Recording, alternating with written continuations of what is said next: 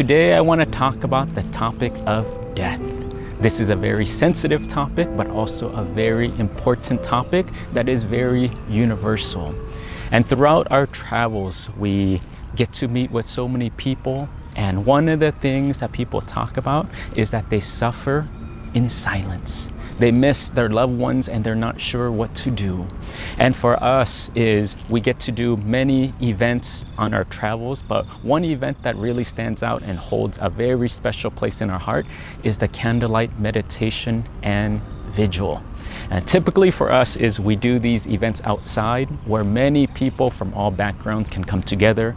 We sit in meditation and then we share loving kindness to those who pass away, and it's a day that honors our loved ones. And for us, we've been traveling for the past 4 months. The very last event that we just finished a few days ago was in North Sweden at our meditation center. And we got to do a candlelight meditation indoors. And it was a beautiful opportunity for the locals in Sweden to come together and again participate in this activity. So at the end, I'm going to share with you a very special video of the event so you can see it. You can feel that peacefulness and you can feel that energy. So make sure you stay all the way to the end. But in the meantime, for those who are experiencing grief and loss and death, for me, I wanted to share with you some insight, some wisdom that can be so helpful.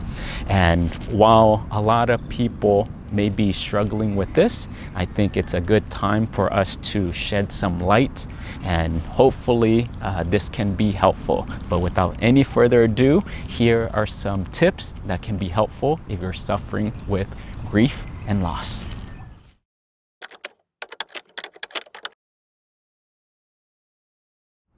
Be kind to yourself. Give yourself some grace, because when we're going through this period, when we just lost a loved one, different emotions can come up. And a question that I get asked often is, Venerable Nick, is this okay? Is it okay for me to feel resentful, to feel angry, to feel sad? Sometimes I'm crying, and these emotions will come periodically. Is that okay? How do I grieve? And the first thing I would say is anything that comes up for you, it is okay. And take the time to be gentle with yourself and be kind. And why do these things come up is because we cared for the person.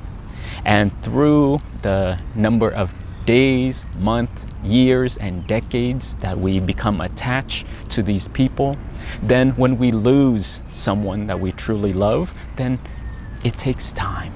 It takes time for us to detach, and it takes time for us to find a new normal. So as these kind of emotions come up, honor them. Honor them, observe them, allow them to go through you, and again, give yourself that grace. And how long it takes, it depends. It depends on the relationship. It depends on the attachment we have towards the person. But each person's experience will be different. But again, in that experience, continue to be kind and continue to be gentle with yourself.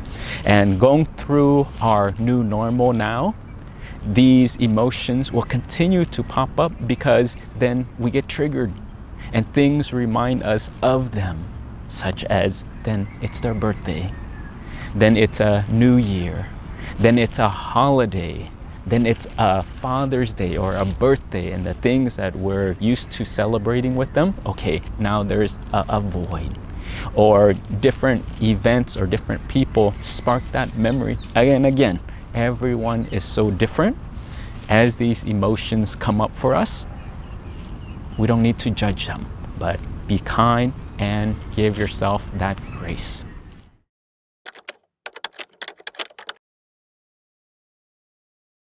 Find community and support. When we're going through a grieving process, typically what happens is in the beginning, then many people are busy because they have to organize the funeral. They have to organize the logistics. They have the support and family and friends come to be there for us.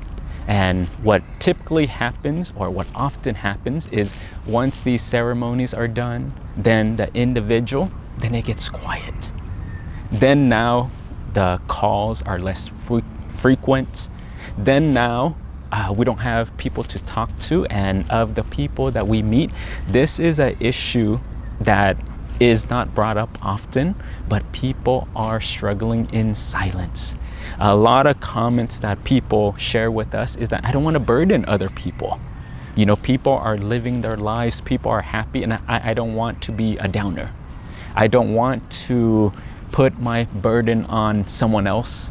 I don't want to put my heaviness on someone else. I don't want to keep talking about it over and over, and I don't want to share. But for me, I would say, have a middle way.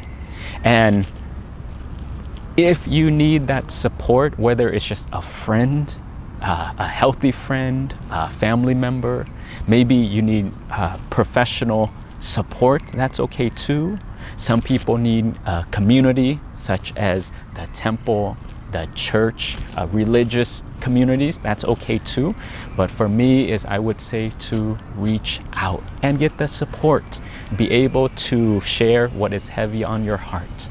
And doing this event for us that we just did in Sweden, one of the feedback that we get often is in the culture. And again, I don't want to put this on everyone, but a feedback that we heard of the people who came to the event was, in the culture, is people keep things to themselves, and people tend to isolate, and from that things can feel heavy.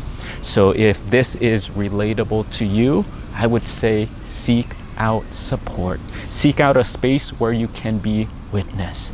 And this is why the Candlelight Vigil for us is so special and so sacred, because it brings people, or it gives people an opportunity to come be with each other.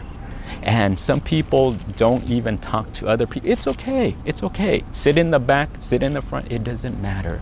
But when we go through this kind of experience, when we're around a community that cultivates peace, that just being around one another, that can be very healing. So if you are experiencing this loneliness, if you are needing that support, check in with yourself and to reach out.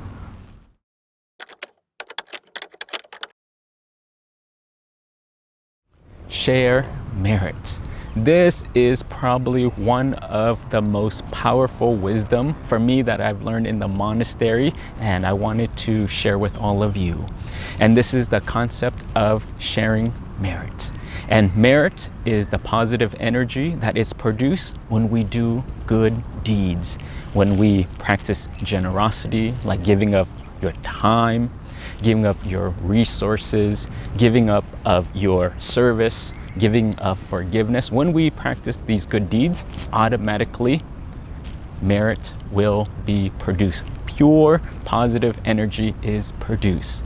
And a very powerful way that we can also cultivate merit is with meditation. When our mind is still, then it produces brightness. And this brightness also produces this merit. And from producing this merit, our mind is peaceful, our mind is still, our mind is calm. It has this good energy. What we can do is share it. Share it and transfer it to our loved ones who have passed away, and they can receive it. And this is a beautiful opportunity where we can come and have peace. Have peace. Get your mind as calm and still as possible. And why this is so important is because sometimes when we lose our loved ones, we can think this is over. I can't do anything. I can't do anything to help. I can't do anything to support. The relationship is done.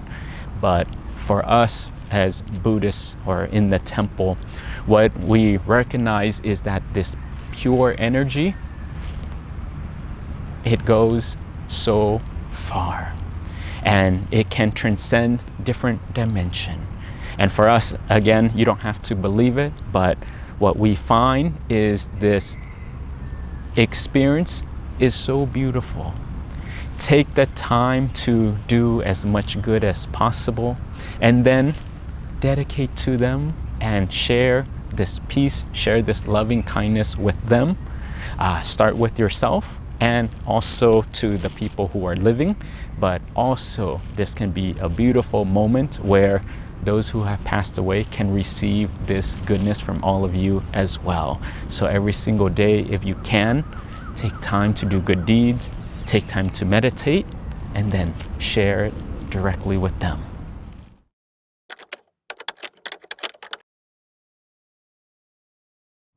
And the last one is to use their life as wisdom. And one of the ways that can be helpful is to honor the person's life. And one way that we can do that is think of all their good qualities. Think of all the good things that they have done in this world. The relationship that you had with them, examine their life. Wow, these are the qualities that they cultivated. These are the good deeds that they've done. This is how they use their life. Think of all the good things. And secondly, then apply it to your life. Know that there's impermanence. And every single person will experience death. Our time will come. And because we still have time in this physical world and this physical dimension, then again, use your life as best as you can. Get inspired and learn from the people who came before us and see, how do I live my life with the rest of the time that I have? Because life is so precious. I don't know when my time will come. Then again, reflect, contemplate deeply, get silent and get still, and use their life as an inspiration to live the best version of yourself. And it is normal where then sometimes people lose hope. And sometimes people lose the meaning of their life. Yes, that is okay. However, if you can, take the wisdom, and our loved ones would want the best for us, and use the wisdom where now we get to see a case study. We get to see how someone has utilized their life, and then from that, apply it to us and continue to have hope, continue to build your legacy moving forward, but always come back to the wisdom. So there you have it. I hope these insights are helpful for anyone who is experiencing grief and loss due to the death of a loved one. If you are going through that, I want to send my condolences to you and your family, sharing loving kindness and sharing merit to all of you involved. And as promised in the beginning, I want to share a short video of the beautiful candlelight meditation and vigil we did at the meditation center in North Sweden. So take the time to watch this, open your heart, and I hope this video brings you comfort, brings you hope and joy. Enjoy, everyone. Satu.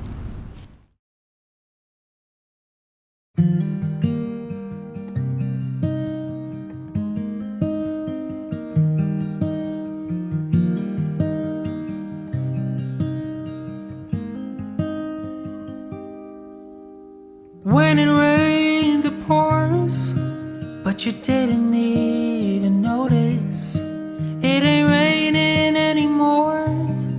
It's hard to breathe when all you know is the struggle of staying above the rising water lines. Well, the sky is finally open, the rain and wind stop blowing, but you're stuck out in the same old storm again. You hold tight to your umbrella, but darling, I'm just trying to tell ya that there's always been a rainbow hanging over could see what I see, you'd be blinded by the colors, yellow, red, and orange and green, and at least a million others.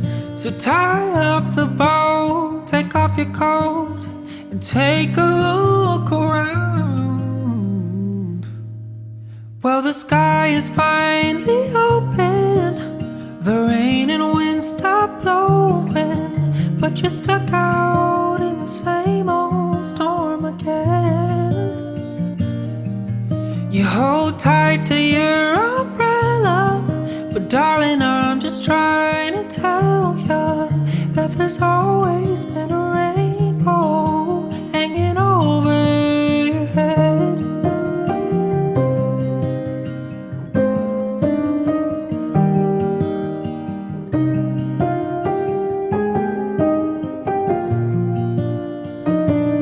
Hold tie up the boat, take off your coat, and take a look around.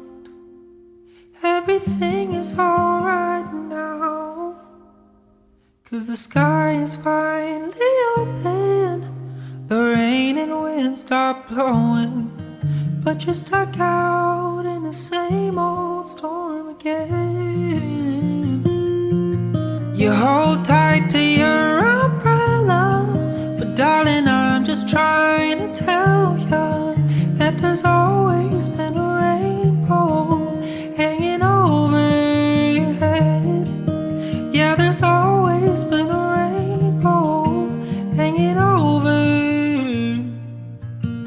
your head.